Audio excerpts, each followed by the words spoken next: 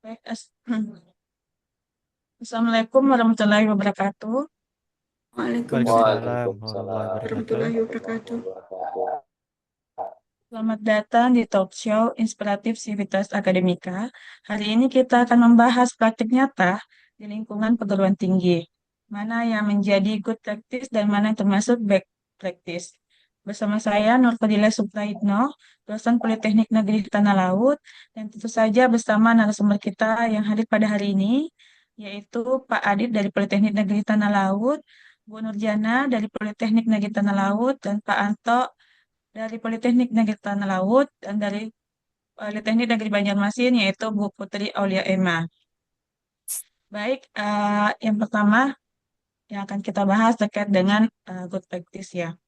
Jadi untuk good practice sendiri, mungkin narasumber kita bisa sharing tentang praktik nyata atau good practice yang ada di lingkungan kampus. Silahkan, Bapak Ibu.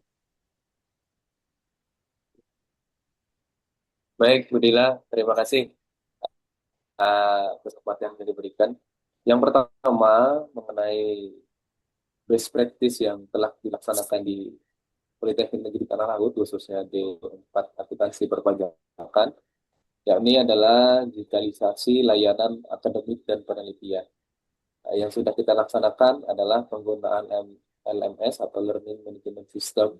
Dalam hal ini dibantu oleh Sipadu dari Sevima untuk proses pembelajaran oleh mahasiswa. Kemudian sistem monitoring kinerja dosen yang berbasis digital, yang semua proses rekam jejak kinerja dosen telah digitalisasi, tidak lagi manual dalam laman Sister dari Kemendikbudristek. Hal ini mencerminkan nilai Smart ASN, yaitu digitalisasi dan adaptif, sehingga proses-proses pembelajaran, proses-proses kinerja yang ada di Politeknik Negeri Tanah Laut, khususnya di bidang pembelajaran dan aparatur sumber daya manusia, bisa terekam dengan objektif dan akuntabel. Begitu, Budila. Baik, terima kasih, Pak Anto. Mungkin yang lain bisa memberikan contoh lain. Kira-kira good practice apa yang telah ada di lingkungan kampus? Penilaian sistem kinerja mungkin bisa berbasis sistem merit. Itu diantaranya bisa penerapan untuk promosi jabatan fungsional, dosen, ataupun kenaikan jabatan yang didasarkan pada kinerja, publikasi, dan pengabdian yang mana semuanya sudah diringkas pada akun sister atau pelaporan BKD dan juga LKD yang setiap semester bisa kita isi. Begitu, Budila. Berarti berkaitan dengan sistem penilaian kerja ya, Ibu Najana. Baik, selanjutnya untuk mungkin salah satu contoh lagi ya terkait dengan good practice yang ada di lingkungan kampus. Izin menambahkan, yang ketiga adalah kolaborasi riset dan pengabdian berbasis sistem. Praktik baik ketiga adalah kolaborasi yang saya sebutkan tadi adalah lintas disiplin dalam penelitian dan pengabdian. Ini mencerminkan Smart ASN yaitu kolaboratif dan inovatif. Kunci keberhasilannya adalah komunikasi terbuka, pembagian peran yang jelas, dan target luaran yang terukur. Mungkin itu saja. Baik, berarti di sini ada tiga good practice ya yang telah terjadi di lingkungan kampus. Yang pertama tadi yang sudah disebutkan oleh Pak Anto yang berkaitan dengan digitalisasi sistem akademik. Selanjutnya berkaitan dengan sistem penilaian kinerja berbasis sistem, merit ya. Terus selanjutnya berkaitan dengan kolaborasi riset dan pengabdian berbasis sistem. Baik, selanjutnya ketika kita sudah membahas good practice ya, yang akan kita selanjutnya bahas berkaitan dengan bad practice yang kira-kira praktik apa yang menyimpang atau telah terjadi di lingkungan kampus gitu. Mungkin yang bisa sharing untuk yang pertama. Oke, baik Bu Dela. Bad practice itu kan praktik yang menyimpang ya. Jadi salah satu praktik yang masih menjadi tantangan adalah manipulasi laporan kinerja atau sering disebut sukses di atas kertas ya. Artinya laporan itu terlihat sangat baik secara administratif tetapi sebenarnya tidak sepenuhnya mencerminkan kondisi yang sebenarnya di lapangan. Biasanya hal ini terjadi karena beberapa faktor, mulai dari budaya takut terhadap evaluasi, tekanan untuk memenuhi target seperti akreditasi ataupun hibah, hingga sistem pengawasan yang belum optimal. Padahal dampaknya itu cukup serius. Selain dapat merusak integritas akademik, praktik seperti ini juga bertentangan nih dengan prinsip akuntabilitas dalam nilai ASN berakhlak. Karena itu yang perlu dibangun itu sebenarnya bukan hanya sistem yang lebih baik, seperti audit internal yang transparan dan pelaporan digital yang berbasis bukti, tetapi juga budaya evaluasi yang sehat. Terima kasih, Bu Olia. Jadi, yang pertama itu berkaitan dengan manipulasi laporan kinerja ya. Baik, selanjutnya untuk bad practice kedua,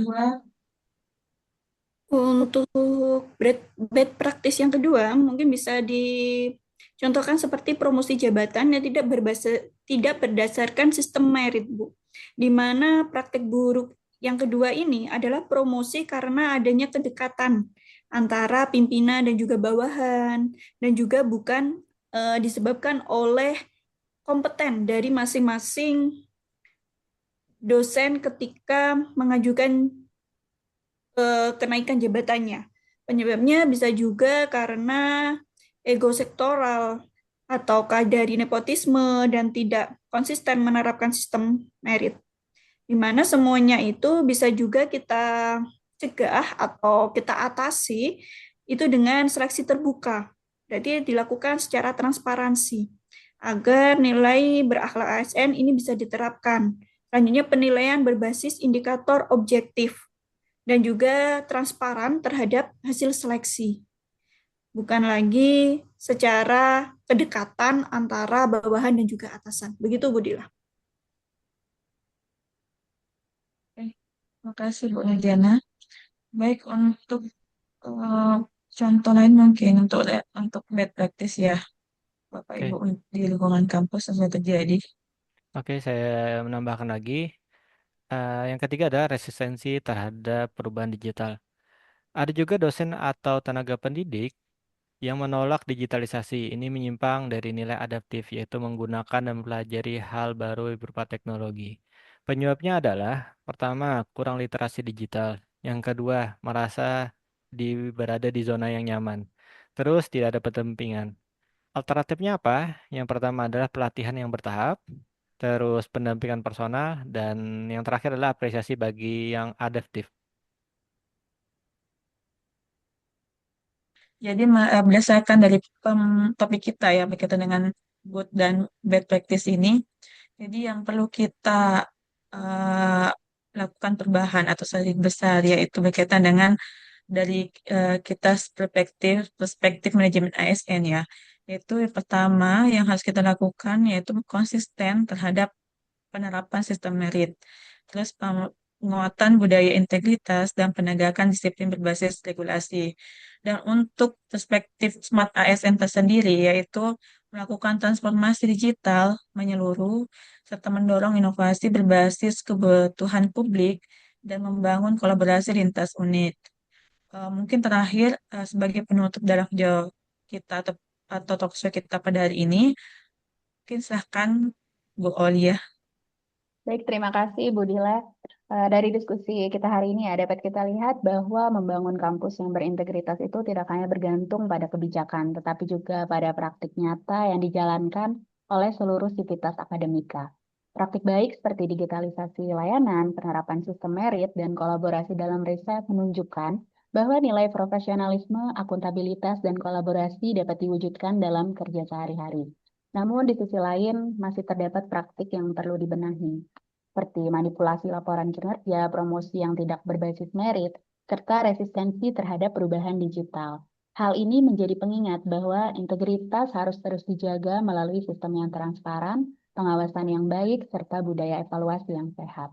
Karena itu, ke depan kita perlu terus memperkuat good practice dan memperbaiki bad practice melalui penerapan sistem merit yang konsisten, transformasi digital yang adaptif, serta kolaborasi yang kuat antar sivitas akademika. Pada akhirnya, kemajuan kampus itu tidak hanya diukur dari laporan dan capaian angka, tetapi dari integritas, profesionalisme, dan komitmen kita menjalankan nilai ASN secara konsisten. Kampus yang unggul bukan hanya yang terlihat berhasil di atas kertas, tetapi yang berintegritas dalam setiap tindakan dan praktiknya. Mungkin itu saja Bu Dila dari saya. Baik, terima kasih Bu Aulia. Baik, untuk hari ini terima kasih para Bapak Ibu narasumber kita yang menyempatkan waktunya untuk berbagi atau sharing ya berkaitan dengan apa saja code dan best practice di lingkungan kampus. Baik, terima kasih Bapak Ibu. Wassalamualaikum warahmatullahi wabarakatuh. Waalaikumsalam. Waalaikumsalam Waalaikumsalam warahmatullahi warahmatullahi wabarakatuh. wabarakatuh. wabarakatuh.